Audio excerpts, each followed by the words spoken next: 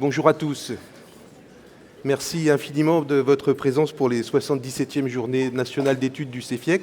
J'ai envie de dire enfin, ça fait plaisir de se retrouver en présentiel. Merci à chacun d'entre vous de participer à cette cérémonie d'ouverture. Et je vais faire court parce qu'on a déjà un petit peu de retard. Et j'invite Sylvie Clary, la présidente du comité régional Rhône-Alpes, à prendre la parole. Merci. Bonjour à tous. Comme l'a dit Sébastien, 2 ans. Ça va faire 2 ans que nous attendons cet événement, puisqu'on l'a préparé pour juin 2020. C'est pour ça qu'on a 2020, parce que nous avions déjà préparé nos écharpes, et le grand jour est arrivé. Et nous sommes heureux de vous accueillir pour ces 77e journées du CEFIEC. Donc, je tiens à remercier la région Auvergne-Rhône-Alpes pour leur contribution à cette journée. Merci à tous nos partenaires. Également au BNA, au Bureau national Paris, qui nous a fait confiance. Nous avons commencé sous la présidence de Martine et poursuivi pour le mandat de Michel. Et nous sommes très, très contents d'être dans cette fabuleuse aventure qui va durer jusqu'à vendredi. Je remercie aussi très sincèrement les membres du COPIL Région pour leur investissement, leur dynamisme, leur créativité. Je pense que vous allez vous en rendre compte au cours de ces 2 jours et de la soirée. Vous verrez leur créativité sans problème. Voilà. Toute l'équipe de l'organisation donc, est ravie de vous accueillir dans ce quartier post-industriel de la Confluence qui longe la Saône avec son musée futuriste des Confluences qui est à 2 pas d'ici. Si vous avez la possibilité de le visiter, n'hésitez pas. Donc l'architecture contemporaine de ce quartier fait vivre la ville de demain qui est tournée vers l'avenir. Prenez le temps sur les quais de regarder les constructions, c'est vraiment futuriste. Donc, le site, ici, nous vous accueillons donc, sur la sucrière. C'est un ancien entrepôt de sucre qui a été construit dans les années 1930 sur les docks de Lyon. Aujourd'hui, c'est un lieu d'art et d'événements. Aujourd'hui, on en profite pour l'événement. L'art, c'est un petit peu plus haut où il y a là, il y a l'hyperréalisme, donc c'est très, très intéressant aussi, si vous avez envie d'y aller pendant les jours qui vous restera, peut-être le week-end. Donc ça a été entièrement rénové, mais c'est le seul bâtiment historique du quartier qui reste ici. Les silos ont été rajoutés en 1976, donc il y a eu deux constructions. Voilà un petit peu sur la ville, sur notre endroit. J'espère que vous profiterez pleinement de ces journées et je vous souhaite un excellent congrès et encore merci à tous d'être venus. Merci Sylvie et merci de nous accueillir à Lyon. J'invite maintenant Céline Delorence. Je rappelle que vous êtes adjointe au maire de Lyon et vous êtes en charge de la santé, de la prévention et de la santé environnementale. Merci à vous. Merci beaucoup. Madame la présidente du CEFIEC, Madame la présidente de l'antenne régionale du CEFIEC, Monsieur Raymond Lemoine, directeur général des Hospices civils de Lyon, Mesdames et Messieurs, merci de me permettre d'inaugurer ces journées de travail tant attendues apparemment, et merci d'avoir choisi Lyon pour les accueillir. Vous êtes ici, ça a déjà été dit, dans un écoquartier entre Rhône et Saône. Et j'ai pu voir dans les livrets d'accueil que vous avez été présentés les grandes spécialités de la gastronomie lyonnaise. Je voulais vous donner mes 2-3 conseils touristiques directement à quelques pas du site de la sucrière, la Darse de Confluence, un vrai petit port urbain au cœur de la ville, un quartier qui abrite une vraie mixité sociale, des logements sociaux, des entreprises, des logements haut de gamme aussi. Le musée des Confluences de l'autre côté, un vrai chef-d'œuvre d'architecture qu'on voit à l'entrée de la ville et qui est bien connu pour ses expositions, et je vous conseille l'exposition des oiseaux sur les oiseaux si vous avez l'occasion d'y faire un tour. Et aussi d'aller faire un petit crochet à l'arrière du musée pour essayer d'entrevoir les danseurs et les danseuses qui s'entraînent, qui profitent du béton lisse pour faire quelques pas de hip-hop. Pas loin de là aussi, un bâtiment en pisé, assez incroyable d'architecture. Donc la pisé, c'est de la terre crue, et connu pour sa qualité thermique et sa durabilité. Peut-être aussi un petit pique-nique à Gerland en traversant le Rhône pour profiter d'un parc de centre-ville. Alors si je vous dis ça, c'est pas que je fais souvent la guide touristique, loin de là. Si je vous dis ça, c'est aussi pour vous montrer que le rôle des villes en matière de santé, il est capital.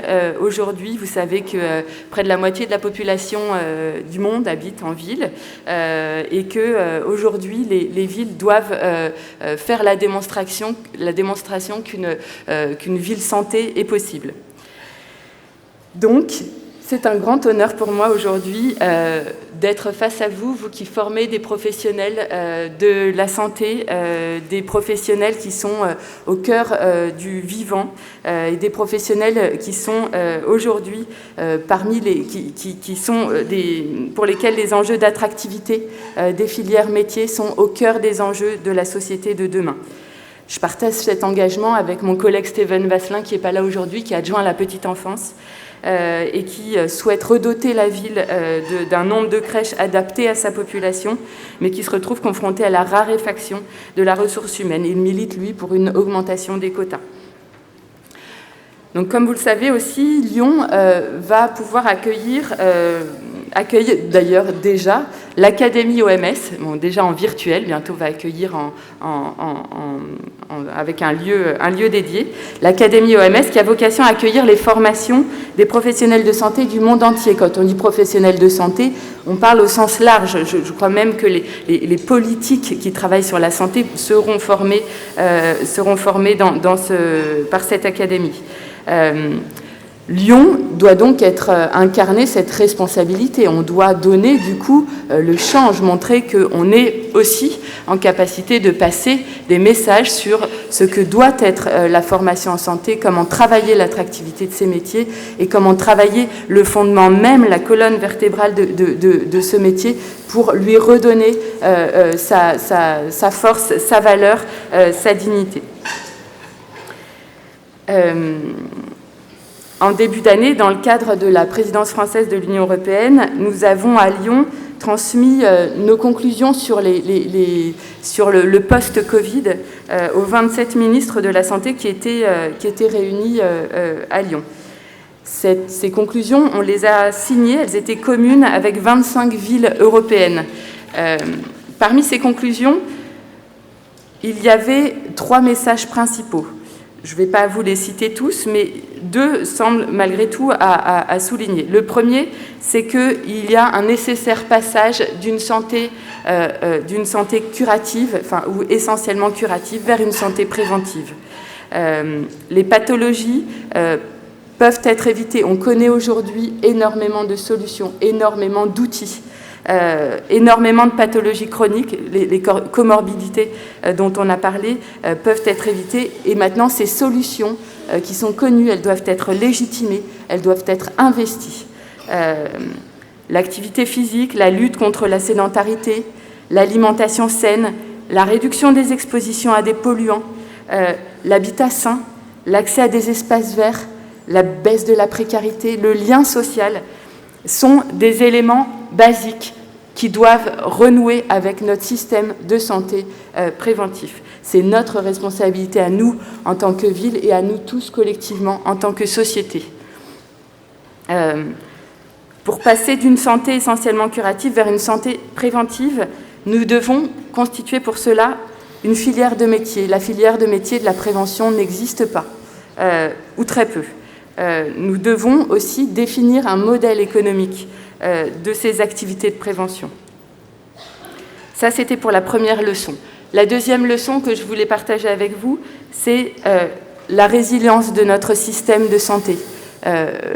Les efforts incommensurables qui ont été faits par les soignants pendant cette crise du Covid, je pense que très certainement Raymond Lemoyne va y revenir, on ne sera jamais assez reconnaissant de ce qui a pu être fait. Mais aujourd'hui, on assiste à quelque chose qui ressemble fortement à un effondrement et qui montre que les chocs ont été traumatisants et que le système n'était donc pas suffisamment résilient au sens qu'il puisse absorber justement ces chocs. Donc l'hôpital est en état critique. Les services d'urgence, vous l'avez vu, une mission flash vient d'être lancée.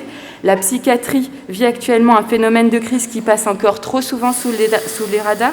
Nous devons rechercher des sources de résilience. L'interprofessionnalité, qui est le sens même le cœur même de vos journées, est une clé. Elle implique la coopération, la solidarité, la diversité qui sont des clés essentielles pour absorber les chocs et rendre souple un système. Seulement, l'interprofessionnalité ne se décrète pas, ça serait trop simple. Elle a des conditions préalables.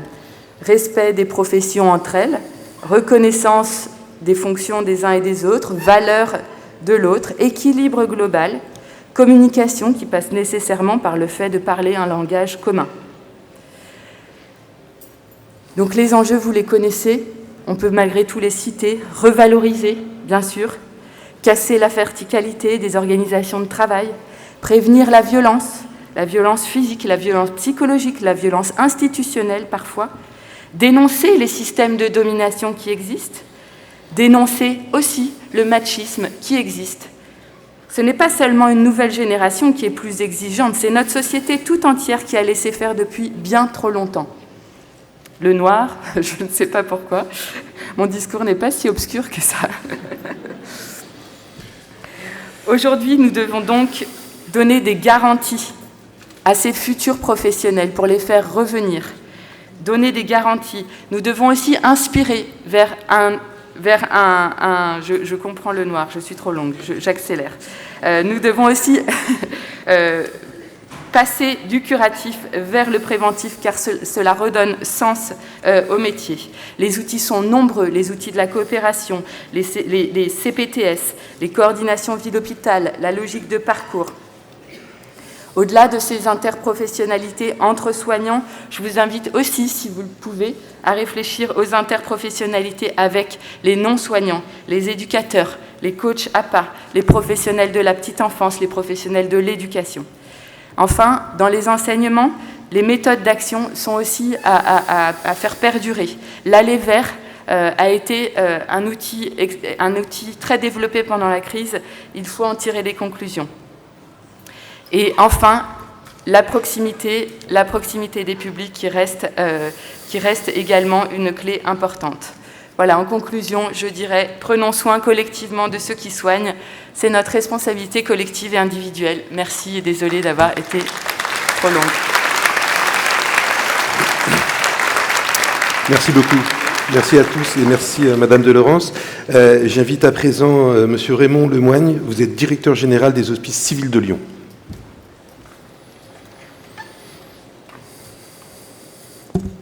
Mesdames, Messieurs, Madame l'adjointe au maire, chère Céline, Madame la Présidente, Madame les responsables du comité régional, Monsieur le Président de l'Ordre, heureux de vous retrouver. Cher Stéphane, heureux de te revoir dans ces murs. Donc il se trouve que je suis DG des Hospices civils de Lyon, donc je suis un technocrate très loin de toutes les difficultés, qui voit rarement évidemment les services au quotidien, encore moins les écoles de formation, et qui ne s'intéresse pas sur la vraie question qui est, à un moment donné, comment on gère des ressources humaines et comment on se projette dans un système de santé qui, on va essayer quand même de réfléchir ensemble, vous allez essayer de réfléchir, est assez mal en point.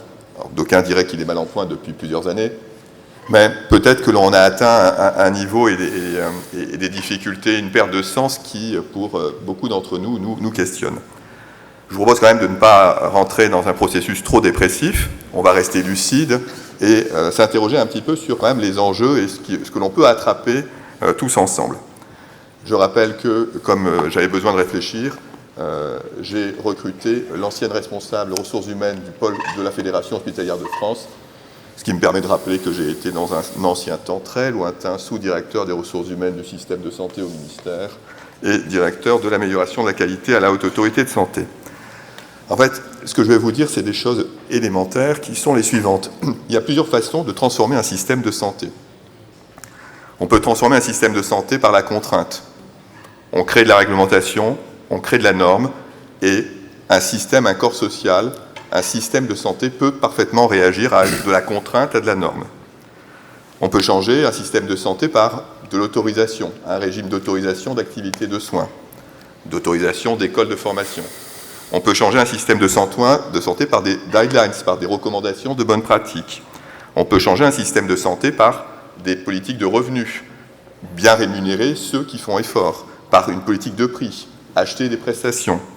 On peut aussi changer un système de santé par des ressources humaines et travailler, et c'est ce que vous faites parce que c'est votre métier, sur la formation initiale.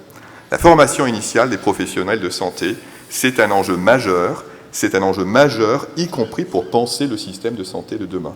Un ministère de la Santé, le ministère de l'Enseignement supérieur et de la Recherche, ont intérêt à avoir les meilleurs spécialistes de ce type de questions pour imaginer et construire les briques de demain et ne pas considérer qu'il n'y a pas là les meilleurs effets leviers de la transformation du système de santé.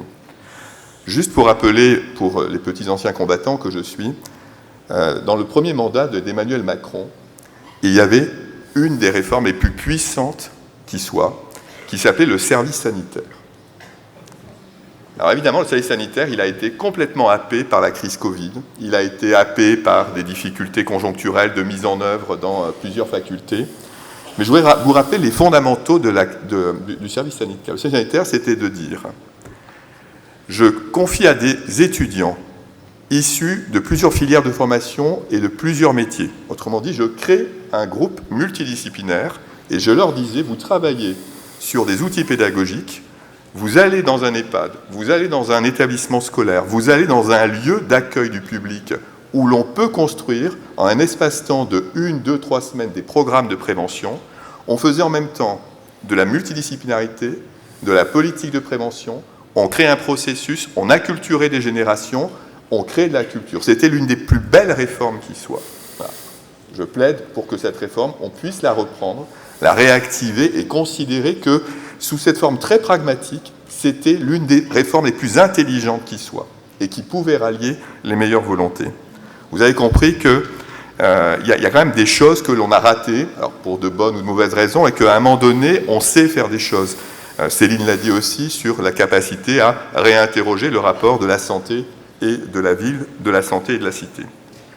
Je ne vais pas être trop long parce qu'il y a d'autres choses. Je voudrais juste insister sur quelques effets leviers et qui peut-être vont nourrir vos échanges pendant vos journées d'études.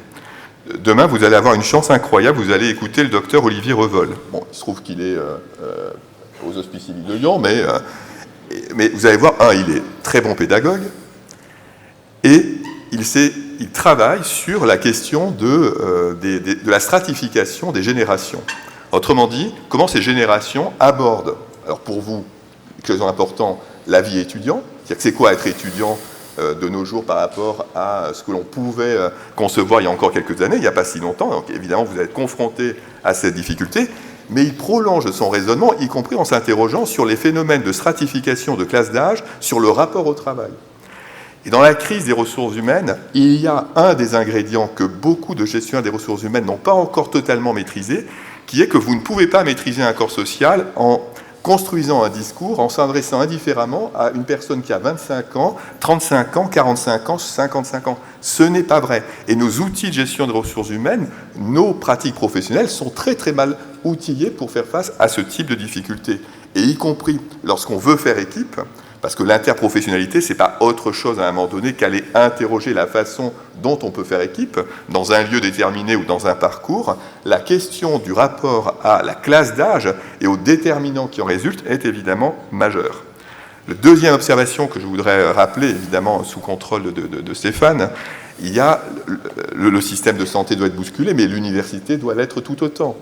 Et la réforme de l'université, elle est aussi permanente, récurrente que la réforme du système de santé. Et la question qui doit être la vôtre, parce qu'il faut peser sur les décisions qui vont venir, c'est que dans le processus de recomposition de grandes universités multidisciplinaires, y compris à Lyon, quelles vont être la place des formations en santé et comment échapper à la décomposition classique du FR de médecine, de pharmacie ou de chirurgie odontologique. Et donc il y a des processus de recomposition, y compris avec des organisations qui peuvent échapper à ce que l'on vit depuis trop d'années. Ça, c'est ma deuxième observation. Troisième, mais ça, vous allez le vivre vous-même. C'est quoi la mission sur la réforme du référentiel de formation infirmier, sur les nouveaux modes de coopération, les travaux des missions EGAS et les suites qu'entend donner le nouveau gouvernement à ces travaux et comment, évidemment, tout cela, on peut intégrer la révolution de la prévention au-delà de l'intitulé de la nouvelle ministre. Je voudrais conclure pour vous dire la chose suivante. L'interprofessionnalité, vous allez y travailler, vous allez vous interroger sur comment je traduis ça dans mes instituts de formation, dans mes écoles de formation, dans mes outils pédagogiques, dans la façon d'embarquer les étudiants, d'embarquer les stages professionnels, les outils pédagogiques que vous allez mobiliser. Mais l'interprofessionnalité, ce n'est pas autre chose que interroger la médecine de parcours. Le deuxième point, ce n'est pas autre chose que interroger la médecine coordonnée. Ce n'est pas autre chose que interroger aussi la transformation du système de santé. Il n'y a pas à dire, vous n'échapperez pas à... Il faut construire des guidelines, il faut créer un régime de responsabilité, il faut travailler sur de la formation initiale et un référentiel de compétences, et il faut travailler sur le partage des revenus et la responsabilité professionnelle. Bon courage. Merci beaucoup. Merci, Monsieur Lemoigne. J'invite à présent Patrick Chamboredon, président de l'Ordre national des infirmiers.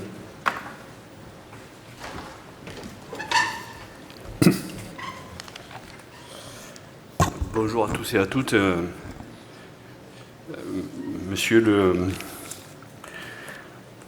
Madame la présidente du CEFIEC, Madame la représentante du maire, Monsieur le passé directeur de cabinet que j'ai connu à la DGOS, cher Stéphane, secrétaire général du HCRS, chers confrères, chers consoeurs, chers amis. Effectivement, se retrouver ici, c'est essentiel, je dirais. Ça fait 2 ans qu'on est resté chacun derrière nos écrans à plat et que finalement la lessive a fait son œuvre et les vêtements ont rétréci et finalement faire un peu de sport, ça fait du bien. Et je remercie Michel d'avoir eu cette initiative de nous rassembler tous aujourd'hui pour parler de ce sujet essentiel de l'interprofessionnalité. Tout a été dit à ce sujet par mes 2 prédécesseurs, donc je ne vais pas revenir là-dessus.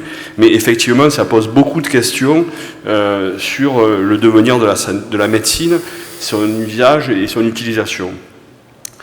Et en tout cas, j'ai bien entendu, et on a été beaucoup repris la contribution de l'Ordre dans la presse aujourd'hui sur la question du déplacement du président de la République à Cherbourg et sur la mission Flash Urgence, mais je pense que, comme l'a dit Raymond, on ne peut pas prendre le problème que par juste un petit bout et traiter que le problème des urgences, puisqu'on sait qu'en amont, il y a toute la médecine de ville et toutes les questions qui sont là. Je ne referai pas le discours de Frédéric Valtou à Saint-Expo où il a dit que 60% des médecins ne prenaient plus la permanence des soins en ville, donc je ne veux pas être conspué sur Twitter, mais en tout cas il y a des questions qui se posent, et notamment le rôle et la place des infirmiers, et je vais y revenir un peu plus tard. En tout cas, je suis un simple infirmier, je suis président du Conseil national, mais je voulais saluer votre engagement, l'engagement de tous les cadres de santé ici, de tous les cadres de santé dans les services en proximité, mais aussi de tous les cadres de santé en formation dans les IPSI. D'abord, Raymond l'a très bien rappelé, la question du service sanitaire, il a beaucoup reposé sur vous, et c'est vous qui avez été la cheville ouvrière de cette interprofessionnalité dès le plus jeune âge et dès le début de la formation. Et ça, ma vice-présidente publique, qui a œuvré beaucoup dans son IPSI de l'Axou, Véronique Péché, m'en a beaucoup parlé, et je sais votre engagement sur ce sujet-là, et que sans vous, rien n'aurait existé, même si le Covid a mis un petit coup d'arrêt à cette dynamique-là que vous aviez beaucoup portée. Je voulais aussi saluer tout ce que vous avez fait pendant ces temps de Covid, où très clairement, vous avez soutenu très largement tous les étudiants qui se sont retrouvés, comme la plupart d'entre nous, derrière des écrans, et les avez soutenus pour réussir à ce qu'ils arrivent à la diplomation, et dans les meilleures conditions possibles, et dans une difficulté sur laquelle la pandémie, personne n'avait préparé ni anticipé. Et je ne dis pas ça pour taper le gouvernement, je dis ça très clairement parce que c'est une réalité, beaucoup d'étudiants en ont parlé, et je trouve que la FNESI l'a pas assez dit, ne vous l'a pas assez dit, et moi je trouvais que c'était tout à fait normal de vous le dire aujourd'hui, et je voulais le saluer. Pour l'interprofessionnalité, du point de vue de l'ordre, la question se pense en termes d'évolution du décret, c'est un serpent de mer. Je crois que vous étiez déjà au cabinet, vraiment, à l'époque. C'était pas si lointain. Mais effectivement, cette question-là ne touche pas à mon décret, en 2009, avec les accords de Bologne, ont eu un coup d'arrêt, alors que ça a été un frein au développement de notre profession, un frein à toute la problématique qu'il y a d'attractivité de la profession qu'on retrouve maintenant, et à finalement tous ces chiffres qui circulent, qui sont à ce jour sans fondement aucun sur la durée de vie d'un professionnel de santé en exercice, mais en tout cas une réalité sur lequel les missions IGAS qui ont été citées vont largement revenir, je l'espère, lors de la grande conférence de santé, que peut-être Stéphane animera, je ne sais pas, il nous le dira, mais qui doit avoir lieu en juillet sous l'égide du président de la République et notamment de sa ministre et peut-être de son ministre délégué, je ne sais pas s'il sera réélu. En tout cas, c'est une vraie question. C'est une question qui est aussi européenne, puisqu'il y a eu une participation de la DGOS à la présidence française de l'Union européenne. J'ai eu la chance d'y participer. C'était assez confidentiel, il y avait 30 personnes connectées. Mais pour dire que l'ensemble des pays européens qui ont été présents ont tous relevé ces problèmes d'attractivité, de difficultés de formation et de difficultés de fidélisation des professionnels infirmiers. Et en tant qu'ordre, on est obligé de penser à un autre point qui est la mobilité intra-européenne des professionnels de santé, puisque c'est la doctrine européenne de libre circulation et on doit l'appliquer.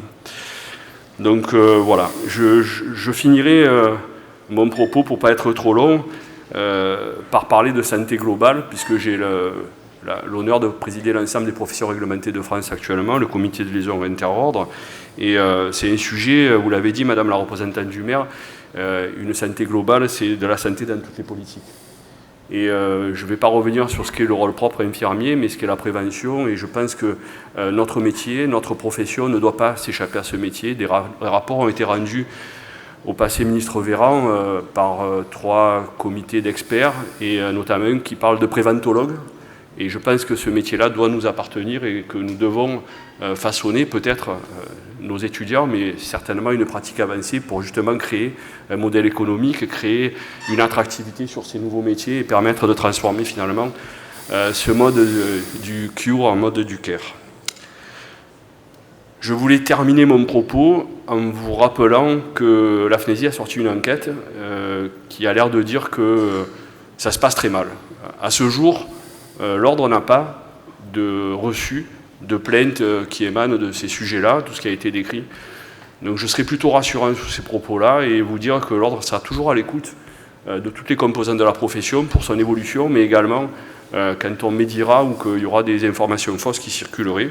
Et un petit message, puisqu'il y a un grand panel de participants aujourd'hui, Michel m'a dit 400, pour ne pas être plus long, de vous rappeler que les services des conseils de l'ordre sont à votre disposition pour les 5 modules qui parlent d'éthique et déontologie et de responsabilité, de représentation professionnelle tout au long des modules qui sont sur les 3 ans.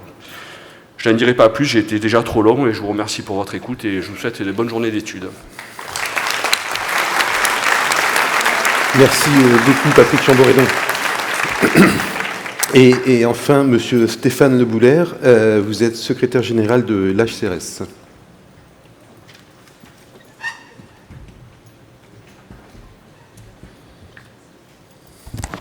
Bien, bonjour à tous, merci pour cette invitation. Je vous rassure, je ne vais pas vous parler du HCRS. Au Conseil de l'évaluation de la recherche et de l'enseignement supérieur, ça on en parlera à un moment, le moment venu, on en reparlera. Merci pour cette invitation, cher Michel, Madame la représentante du maire, cher Raymond, cher Patrick. J'écoutais tout à l'heure le rappel des mouvements très nombreux qui agitent le milieu ou la gestion des ressources humaines depuis quelques petites années. On voit défiler, alors quand on pense qu'on a quelque chose à dire, on voit défiler des missions IGAS à peu près tous les 15 jours depuis un certain nombre de mois sur un grand nombre de sujets, avec parfois un bagage relativement limité, il faut dire, chez un certain nombre de nos interlocuteurs, mais ça met de la nouveauté, on va dire ça comme ça. Et Patrick a évoqué la conférence à venir. Je pense que cette conférence va d'abord se justifie ou peut se justifier par la nécessité de redonner du sens à un certain nombre de ces évolutions. On a parlé de la révision du décret à venir.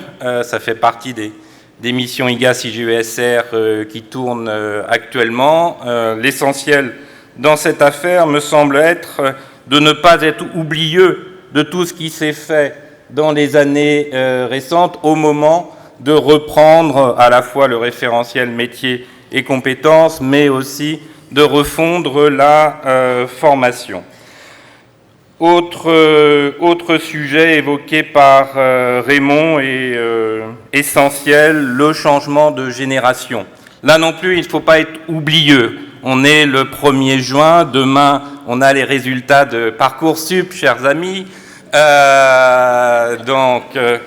Voilà, on en a souvent parlé, j'assume à 100% ce que l'on a fait en la matière et avec le ministère de la Santé quand Raymond était aux affaires, mais simplement on a l'impression que tout le monde oublie qu'effectivement on a changé de génération. Les étudiants que vous avez en responsabilité aujourd'hui ne sont plus les mêmes que ceux qui ont pu fréquenter vos instituts il y a quelques années. Ils se fondent, et c'était un des objectifs de l'intégration universitaire, ils se fondent au sein de leur génération, et leur génération est mobile, leur génération entend profiter des éléments de diplomation qu'on leur confère, et donc il ne faut pas s'étonner qu'il y ait un peu plus de mobilité, un peu plus de fluidité qu'il pouvait y en avoir dans le régime stable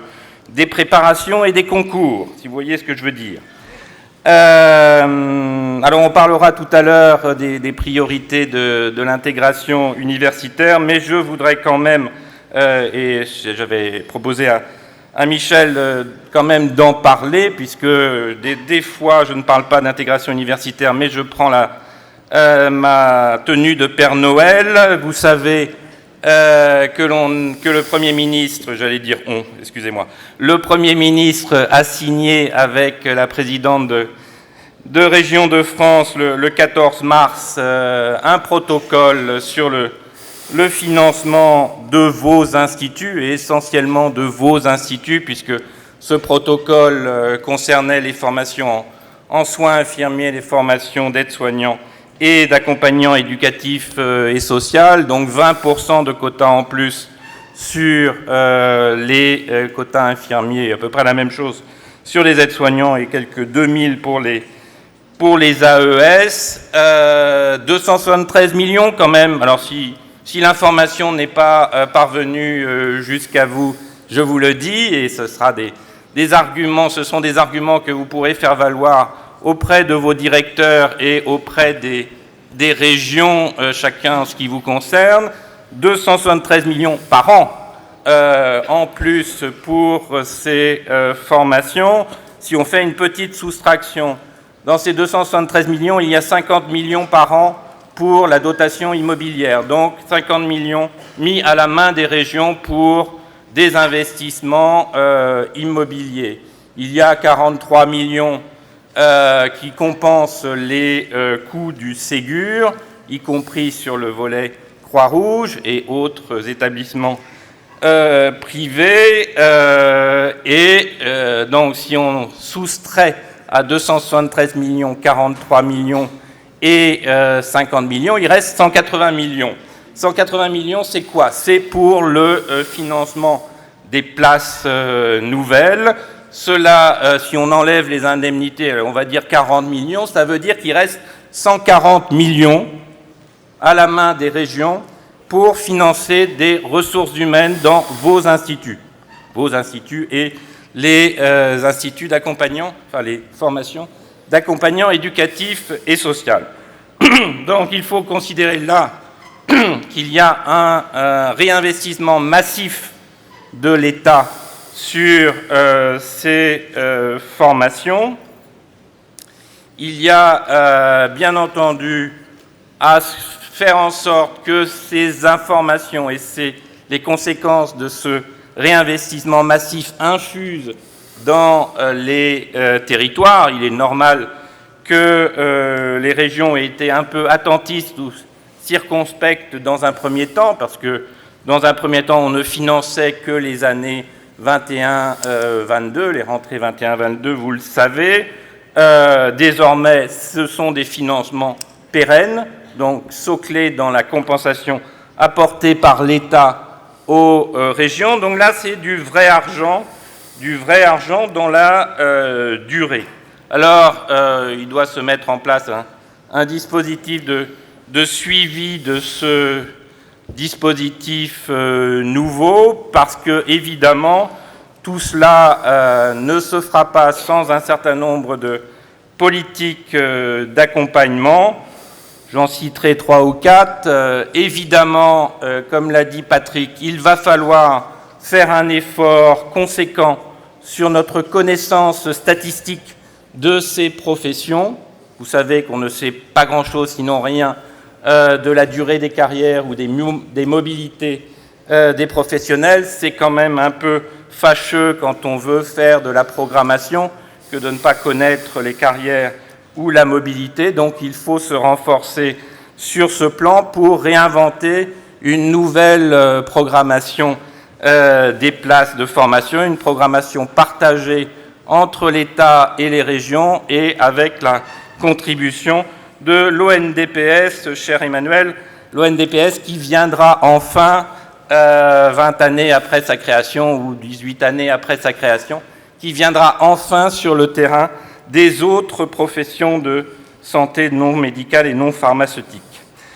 Deuxième sujet, évidemment, il faut continuer de consolider la procédure Parcoursup pour ne plus entendre les discours de tous ceux qui se sont saisis de cet objet pour exister sur les réseaux sociaux depuis que la crise ne leur permet pas d'exister encore. Donc on a un certain nombre de grands spécialistes de Parcoursup que je ne citerai pas et qui disent absolument n'importe quoi, mais pour ce qui est de nos responsabilités collectives, il faut s'assurer que la procédure est conduite dans les meilleurs termes et il faut, et on l'a inséré dans le protocole, il faut que les tutelles régionales, j'ai nommé le rectorat, j'ai nommé l'ARS et j'ai nommé la région, il faut que les tutelles rectorales se parlent et dialoguent sur la politique de recrutement qu'elles entendent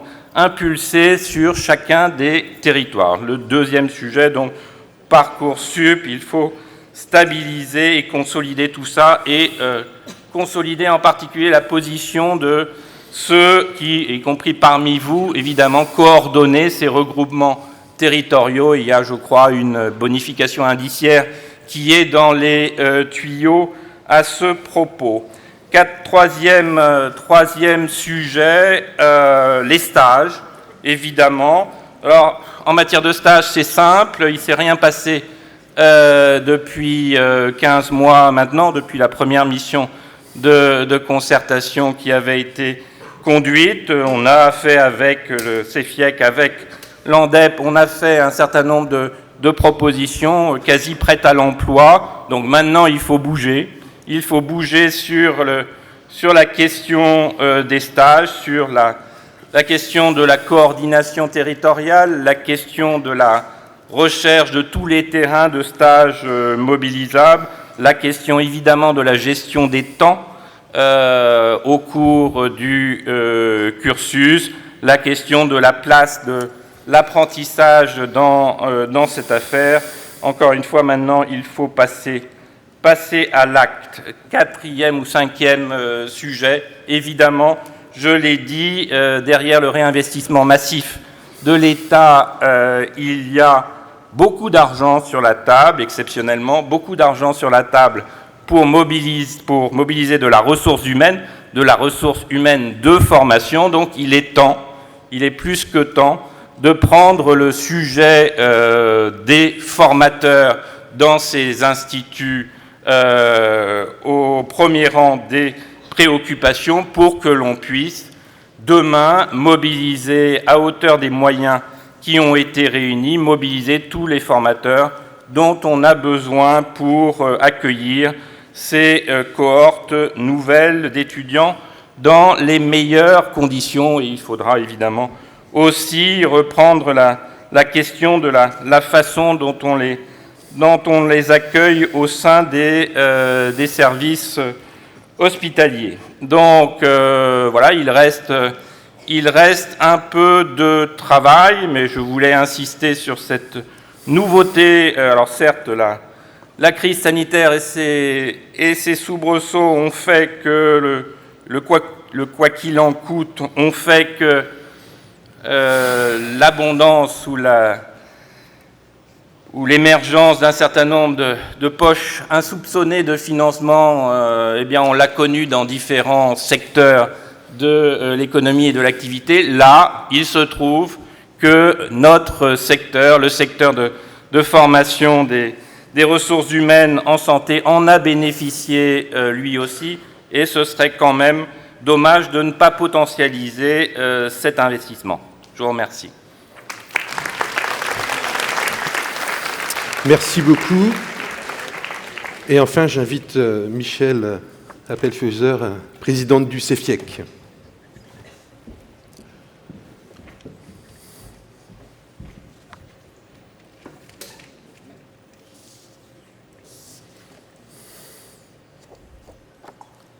Mesdames et messieurs, chers membres du conseil d'administration, chers collègues du monde associatif, chers congressistes, chers amis, enfin, nous y sommes parvenus.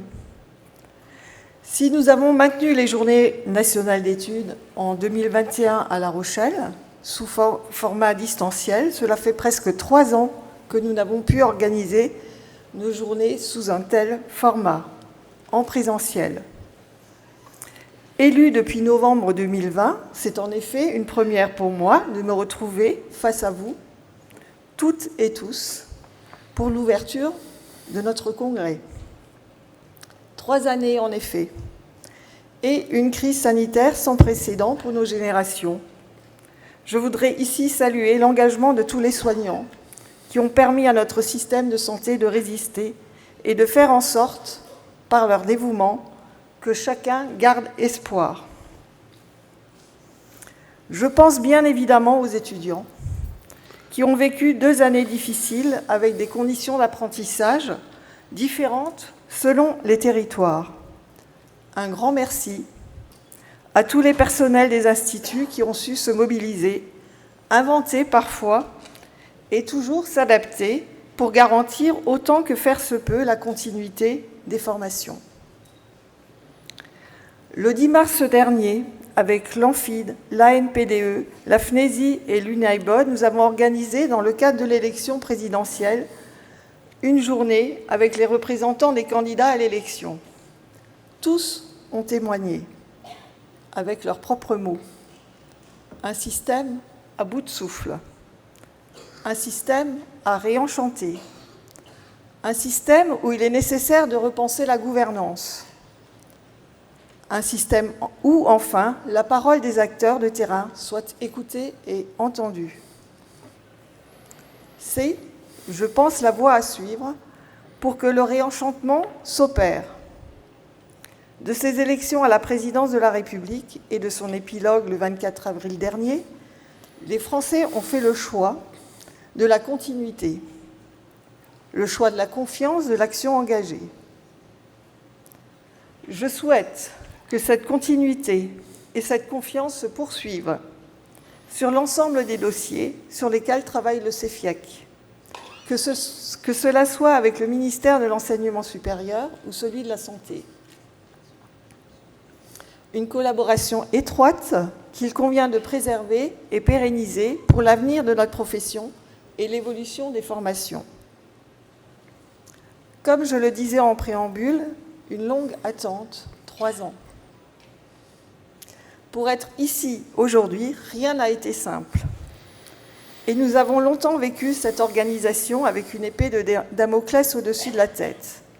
Entre vagues successives, des jauges de remplissage de salles, des mesures sanitaires qui évoluent au gré du virus, nous avons longtemps été suspendus aux contraintes successives qui nous étaient imposées. Rien n'a été simple, mais enfin, nous y sommes parvenus. Je veux ici saluer le travail du comité régional mené par Sylvie Clary, qui, malgré un report en 2020, a su faire de cette 77e édition une véritable réussite dans cette cité lyonnaise. Pour avoir organisé l'édition de 2018 à Strasbourg, je sais combien mener à leur terme de tels événements nécessite du temps, des heures et des soirées passées loin de vos proches et de vos familles. Pour cela aussi, merci infiniment. Sachez que tous ces efforts ne sont pas vains et trouvent aujourd'hui une juste récompense. À cette réussite, il convient également d'y associer le travail du Bureau national et notamment de Régis Bernard et Xavier Vautrin, les deux vice-présidents en charge de l'événementiel. Je veux ici vous témoigner, Régis et Xavier, ma reconnaissance et vous dire que votre engagement depuis de longs mois trouve aujourd'hui non pas une conclusion, mais une étape supplémentaire dans la construction de nos efforts et dans la recherche d'efficience qui anime notre quotidien. Je remercie vivement tous nos partenaires pour la fidélité qu'ils nous témoignent chaque année et je souhaite la bienvenue aux nouveaux. Votre confiance tout au long de l'année pour certains et lors de ces 2 journées pour d'autres est le gage de l'intérêt que vous portez au CEFIEC, aux instituts et plus encore à l'évolution des formations. Alors pour tous les membres de l'organisation et pour vous tous qui êtes présents, sachez profiter de ces 2 journées et sachez, ensemble, fêter cette rencontre, ce partage. En co-construction avec le comité régional, nous vous proposons cette année 2 journées qui vont s'articuler sur le thème de l'interprofessionnalité, mythe ou réalité. Vous aurez tout loisir de vous forger votre propre opinion à travers le regard et les interventions d'étudiants, de professionnels renommés ou encore d'une tribune d'actualité regroupant les principaux acteurs du paysage politique. Je sais, pour avoir échangé avec nombreux d'entre vous, que de nombreux sujets brûlants suscitent intérêt et questionnement. Lors des Journées de La Rochelle, nous avions inauguré la mise en place du collège cadre, avec l'idée de formuler et de présenter, à l'occasion des Journées lyonnaises, une synthèse sous la forme d'un livre blanc. Ce collège, animé par Marielle Boissard et Isabelle Bayle, vous présentera une synthèse des travaux réalisés tout au long de l'année. Comme chaque année, vous découvrirez les lauréats du trophée du CEFIEC qui font la part belle à la recherche et aux professionnels de demain. La 2e journée, comme le veut la tradition, vous est proposée sous le sceau du comité régional. Elle vous permettra, toujours selon la même thématique, de découvrir le défi pour les soignants et les formateurs du XXIe siècle, de partager la vision des étudiants ou encore de découvrir comment apprendre à travailler ensemble à travers les innovations pédagogiques. Également, vous pourrez découvrir une exposition photo réalisée par les étudiants en soins infirmiers, et c'est une première. Nos valeurs professionnelles, qui nous sont si chères et défendues par tous dans notre quotidien, sont au cœur de notre exposition. En images toujours, et en lien avec nos valeurs, je vous invite à rester avec nous à l'issue de cette première journée pour une exposition exceptionnelle, Histoire, sport et citoyenneté, qui vous sera présentée par Patrick Humauer, chargé de mission auprès du président de la CASDEN. À quelques 750 jours des Jeux Olympiques de Paris, cette exposition mettra aussi en valeur nos valeurs, et les valeurs de l'olympisme et du sport en général. Des valeurs fondées sur l'égalité, la diversité, l'éthique, le courage, la fraternité. Des valeurs qui sied parfaitement à celles que nous, personnels soignants, défendons au quotidien. Avant de déclarer ouverte cette 77e édition des Journées nationales d'études, je tiens ici à réitérer que le CEFIEC reste et restera à vos côtés pour défendre les formations et chaque acteur qui œuvre chaque jour pour garantir aux étudiants des formations de qualité. Je vous souhaite à tous d'excellentes journées lyonnaises et déclare ouverte les 77e Journées nationales d'études du CEFIEC.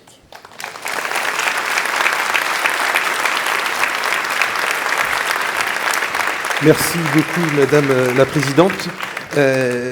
J'invite maintenant à me rejoindre Eliane Rottier-Botzer, accompagnée de Régis Bernard, co-organisateur des journées au niveau national, et Madame Botzer qui sera le grand témoin de cette journée.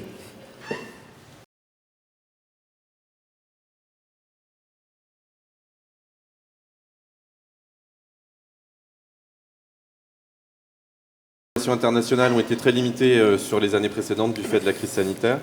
Je vous souhaite à tous la bienvenue. Donc, comme Michel, notre présidente, l'a dit, c'est un travail conjoint, particulièrement avec Xavier, mais avec l'ensemble des collègues aussi du Bureau national, et puis, bien entendu, du comité d'entente régionale qui nous accueille.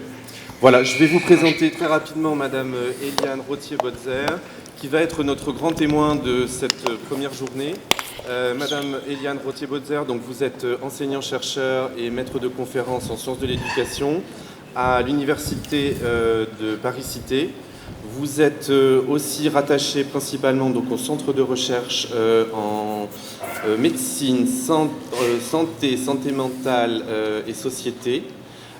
Vous avez écrit plusieurs ouvrages qui ont trait en général en fait à la formation des professionnels de santé et surtout aux enjeux sociétaux pour adapter ces formations aux besoins des patients et des usagers, plutôt sur la maladie chronique il me semble, mais je vais vous laisser compléter tout ça.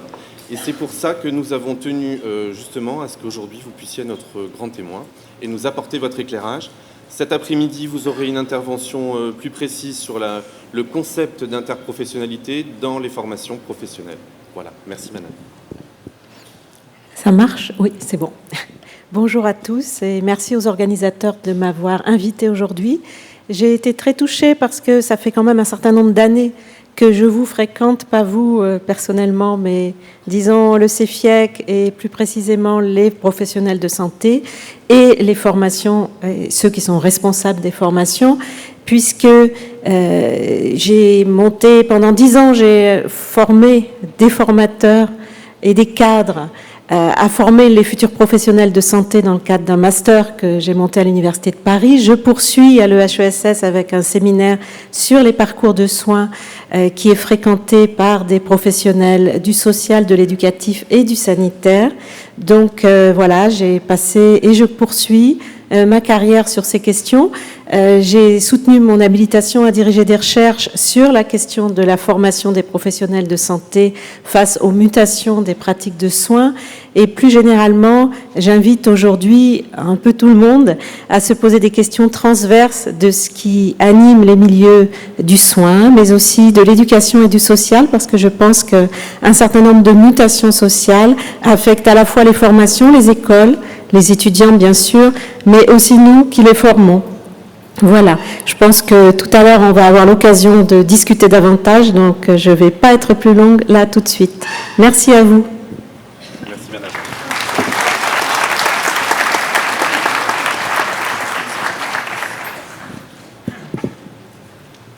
Je vais appeler maintenant deux collègues qui nous viennent de l'IFSI du CHU de Montpellier et de l'IFA du CHU de Montpellier, Madame Leïla Fella et Monsieur Olivier Nguyen.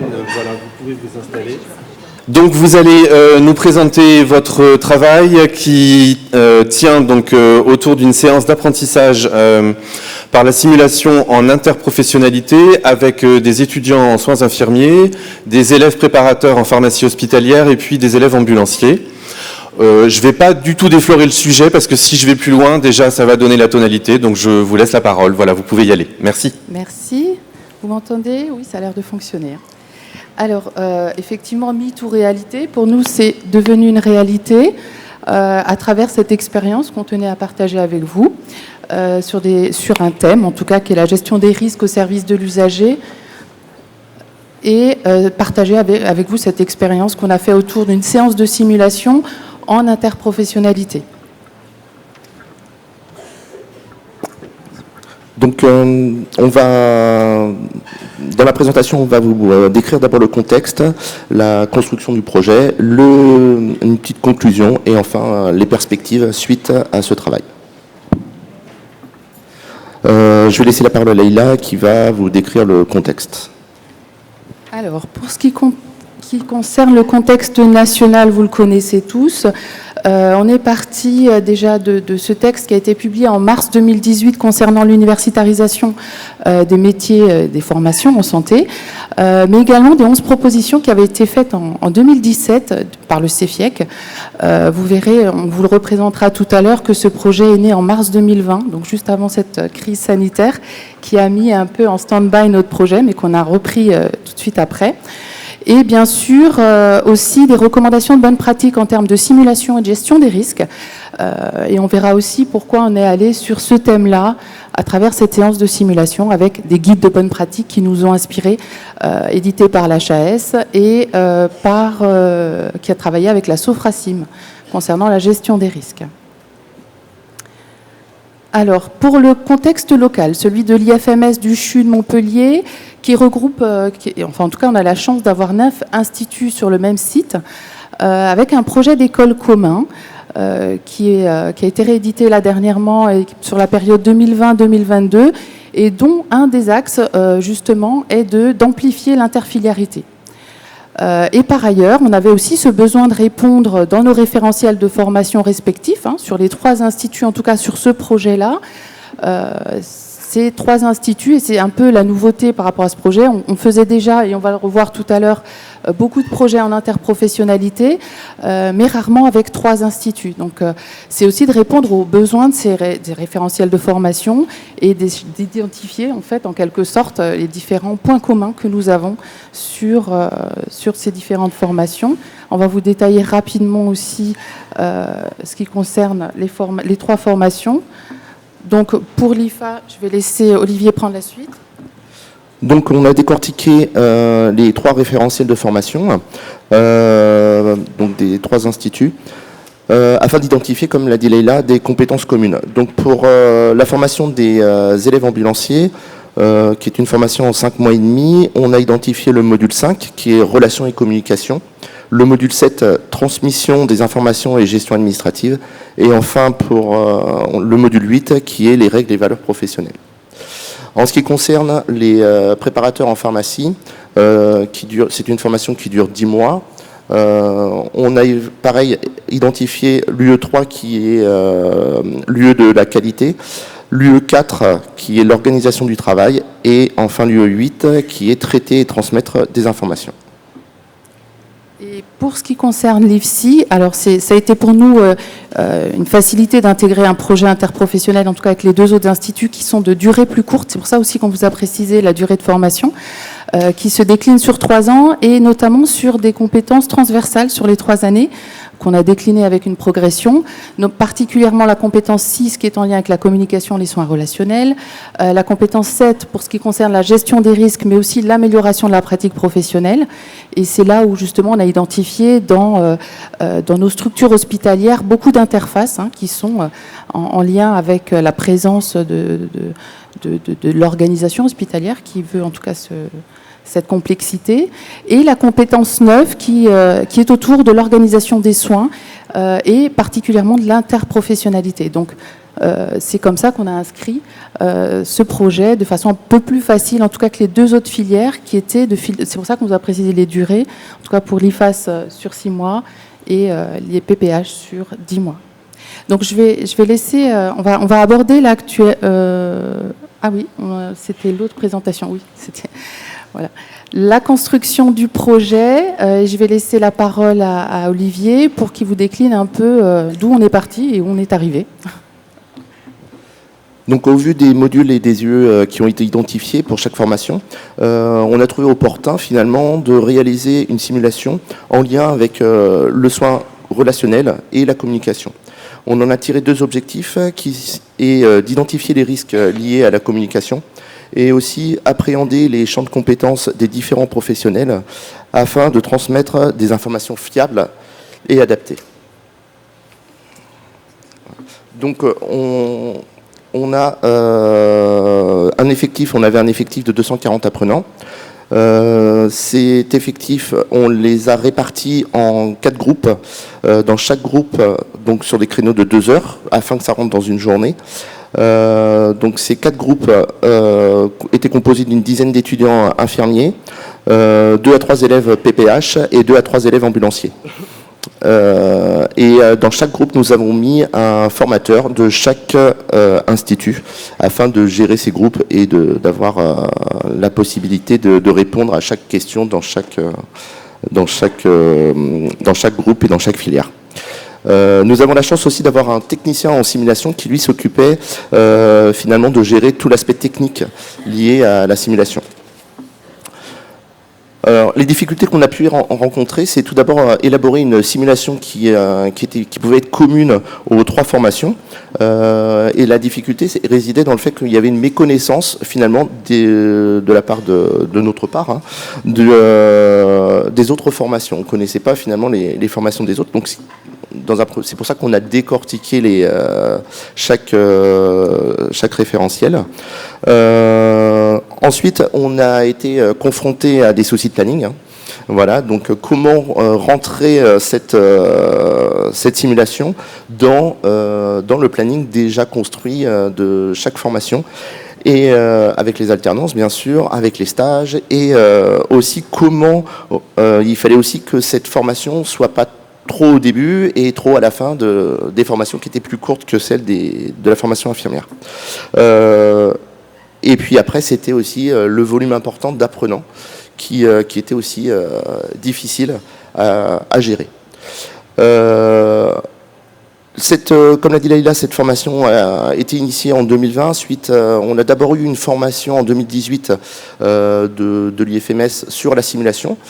Voilà, on s'est dit tiens, ça serait bien de faire travailler les élèves en interprofessionnalité, parce que les professionnels de demain, l'interprofessionnalité pour nous commence dès la formation.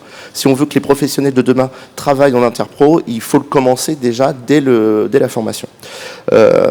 Donc on a pensé comme ça suite à la formation de 2018. On a commencé en mars 2020 à initier ce projet qui a été reporté suite à la crise sanitaire. Comme l'a dit Leïla, il y a d'autres projets déjà qui ont émergé avec, en général, c'est 2 instituts. Là, l'originalité, c'est que c'est 3 instituts. Donc on a aussi la chance d'avoir équipé des salles de TP avec tout ce qui est caméra et micro, afin de faire de la simulation, de la vraie simulation. Et tout ça aussi, c'est facilité par le dynamisme du coordonnateur de l'IFMS, Patrice Lombardo, qui est aussi directeur du centre de formation des préparateurs en pharmacie hospitalière, et le dynamisme aussi de la directrice de l'IFA-IFAS, Géraldine Belvert, qui sont tous les deux des moteurs au sein de notre institut. Alors, pour ce qui concerne la préparation de la simulation, concernant le choix des approches qu'on a réfléchi en groupe, là aussi, ce qui a été intéressant, c'est qu'entre formateurs, on a travaillé les scénarios ensemble du début à la fin. On a vraiment travaillé sur qu'est-ce qui pourrait être intéressant, avoir tous les prérequis aussi, trouver le bon moment dans la formation de chaque institut pour que chacun puisse y retrouver des éléments formateurs et professionnalisants. Et donc, on s'est dit que la simulation était un outil intéressant qui, en même temps, nous permettait d'aborder un élément phare pour nous qui était la gestion des risques, avec l'omniprésence de l'humain aussi, qui est pour nous un élément qui est central dans nos organisations hospitalières, et qui représente d'ailleurs une grande partie des événements indésirables identifiés au sein des établissements. Donc on s'était dit qu'il fallait aller travailler sur une situation plutôt que d'un colloque. Enfin voilà, on a vraiment réfléchi à plusieurs options en termes d'approche pédagogique. Les techniques, on s'est dit qu'il fallait faire des liens, et on a centré principalement sur le débriefing, de revenir sur des éléments comme le schéma de Rison, le schéma de Rison, ou tous ces éléments qui permettent de comprendre aussi les difficultés des uns et des autres, et que quand une erreur ou un événement indésirable arrive, c'est souvent c'est un concours de circonstances, un élément qu'il faut un peu qu'il faut identifier, on va accélérer. Voilà. Pour la préparation de la simulation. Alors, sur ce projet qui était nouveau, en tout cas pour les 3 instituts, on a trouvé intéressant d'évaluer justement en amont et en aval le point de vue des étudiants. Donc, on a fait un pré- et un post-test. On va vous restituer rapidement ces éléments-là. Une enquête de satisfaction qui a complété le post-test. Et du coup, on s'est dit, pour qu'il y ait un maximum d'étudiants qui répondent, on a facilité ce travail avec la mise en place d'un QR code à l'entrée de la séance de simulation et un post-test, pareil, sous le même format, donc avec leur smartphone. En 5 minutes, c'était fait. Ce qui nous a permis de recevoir, on va passer à la diapo suivante, quand même un résultat assez intéressant en termes de réponses. 220 répondants pour 233 apprenants présents sur cette journée de simulation, avec une majorité quand même d'étudiants infirmiers, ce qui correspond complètement aux promos, aux cohortes, en tout cas mobilisés sur ce projet, et ambulanciers, préparateurs en pharmacie, à peu près similaires. Pour ce qui concerne la première question qu'on leur a posée, on leur a posé 4-5 questions, il fallait que ce soit rapide et aussi intéressant. Indiquez votre niveau de connaissance des 2 autres métiers. Vous avez le résultat en pré-test et en post-test. À savoir que nous avons été très agréablement surpris, tous les formateurs, en tout cas mobilisés, parce qu'on a fait appel à des collègues, sur ces séances de simulation, des débriefings très riches qui rapidement ont évolué vers le partage de compétences des uns et des autres, la découverte que, surtout en tout cas pour les ambulanciers et les préparateurs en pharmacie qui ne sont pas directement en tout cas qui ne se côtoient pas directement. Les infirmiers ont des missions, notamment sur la compétence 9 de collaboration, donc ils sont à la fois en relation avec les ambulanciers et les préparateurs en pharmacie. On est parti sur un scénario en hôpital de jour, là aussi le lieu, l'hôpital de jour d'oncologie. On a aussi, si vous voulez plus de détails, on a un poster, on vous expliquera toute la fiche pédagogique, on ne va pas rentrer dans le détail parce que nous avons un temps limité. Donc, où il y a effectivement un scénario qui mobilise les 3 apprenants. Et donc là, un résultat qui nous a très satisfait et qui répond complètement à ce qui s'est passé dans les débriefings. Sur le fait de questionner s'ils avaient d'autres enseignements communs dans leur formation respective. En amont, ils avaient imaginé, en tout cas à 83%, que oui. A posteriori, après cette séance de simulation, on voit quand même une nette progression sur le oui, avec ne sait pas, des étudiants qui ne savaient pas trop, qui s'est largement réduit. Donc ça a été intéressant et aussi positif pour nous. Sur quelle est la cause la plus fréquente d'événements indésirables en milieu hospitalier, parce qu'on a interrogé aussi cette dimension gestion des risques. En pré-test, donc on avait identifié, ils ont eu un QCM à cocher avec le manque de connaissances, le nombre d'interfaces présents en milieu hospitalier, le manque de concentration des acteurs, on a parlé d'interruption de tâches, la méconnaissance des besoins en information des autres professionnels qui pouvaient être aussi interrogés là, et puis peut-être d'autres raisons. Donc, majoritairement, là, quand même, on a globalement les mêmes résultats avec des scores assez identiques sur la méconnaissance des besoins en information des autres métiers présents au milieu hospitalier, mais aussi sur le nombre d'interfaces présentes dans les organisations. On y est revenu assez fréquemment dans les débriefings. Sur quelle est la cause la plus fréquente, alors celle-là, c'est celle qu'on vient de passer. Voilà. Avec cette séance de simulation, pensez-vous avoir amélioré vos compétences techniques, non techniques ou les deux? Majoritairement les deux. On voit que le technique a diminué en post-test, pour vraiment identifier que finalement, dans la communication, c'est quand même le plus important, en tout cas, et dans les compétences non techniques. On va passer. Et donc, le post-test s'est complété d'une enquête de satisfaction sur avez-vous apprécié cette dimension interprofessionnelle des étudiants? Alors là, majoritairement, 100% de oui. On leur a demandé pourquoi. Et donc, on arrive sur la diapo suivante où on vous a mis quelques extraits des 220 répondants qui revenaient assez fréquemment sur proche de la réalité. La situation de simulation, en tout cas, était assez proche de la réalité. Donc c'était à souligner. Les 3 corps de métier, finalement, les mêmes problématiques. On avait des commentaires comme on comprend mieux le travail des autres professionnels, prendre du recul sur certaines situations pour comprendre l'autre. Donc, on va y revenir encore après. Et donc, dans l'enquête de satisfaction, on leur a demandé de nous identifier un terme qui reprenait le take-home message à l'issue du débriefing. Et les mots, on a fait un petit nuage de mots reprenant les mots les plus fréquents, donc communication, commun, cohésion, enrichissant, voilà, donc collaboration. Donc, c'est les termes qui sont revenus le plus souvent. Les points positifs, on termine rapidement.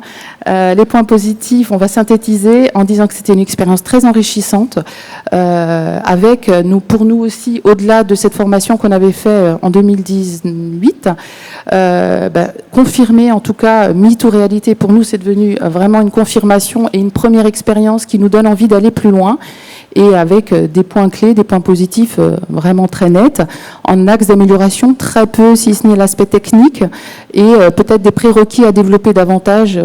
C'est revenu un peu dans le débriefing. Voilà. Sur les nouvelles perspectives à venir, je vais laisser d'abord... Ouais, je termine rapidement. On a envisagé peut-être, parce qu'on a identifié dans le débriefing qu'ils avaient besoin de mieux connaître les métiers de l'autre, donc peut-être envisager une journée Vie ma vie ou sur le site de l'IFMS, où chaque institut partagerait un peu à la fois la formation, mais aussi le quotidien des professionnels qu'ils vont rencontrer demain sur le terrain. Et puis peut-être toujours sur la perspective à venir, et on a vu combien le métier va évoluer, et donc la formation avec, un projet peut-être interprofessionnel cette fois-ci autour de la recherche, avec la mise en œuvre d'un lab IFMS. Donc c'est encore en projet, mais on y travaille pour essayer, parce que la recherche étant un point commun qu'on a identifié aussi dans de nombreux instituts, et puis ça rejoint des propositions qui ont été faites par le CEFIEC et qui sont inscrites dans le projet 2022 sur la recherche par la recherche. Enfin, voilà, on va conclure avec une organisation du travail dans les secteurs de santé complexe. Donc ça, on l'avait bien identifié. On voulait re-signer là. En tout cas, nous, ça nous a confirmé le besoin de continuer à travailler autour de la gestion des risques, de l'illustrer en interpro, parce que souvent, dans les événements indésirables, c'est ce qui apparaît.